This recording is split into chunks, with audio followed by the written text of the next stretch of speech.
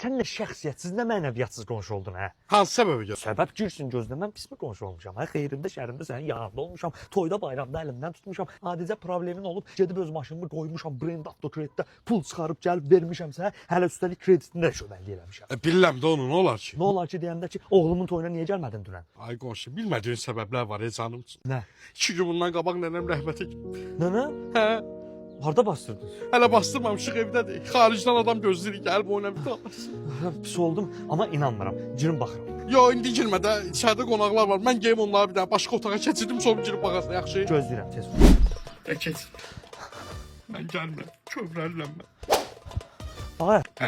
məni qınama o arvad elə bir indi öldü. Nətən yayındır və? İndi öldü da elə bir. Əgər 100 manata görə, toya gəlməməyə görə o arvada nəsə elədinsə, sən özünü tutturacaqsan. Hə, canım üçün deyirəm 2 gün bundan qabaq ölüb. Ay 2 gün bundan qabaq ölübsə, nətən bədəni ibstidir. Bilirsən, mən nənəmin canı suluydu. Başa düşdün, ona görə yəqin olursun. Bir həftəyəcən ola bilsin isti qaldı. Sən də şərəfsiz adamsan, hə. Ay, yəni mənə bağışla qurban olsun.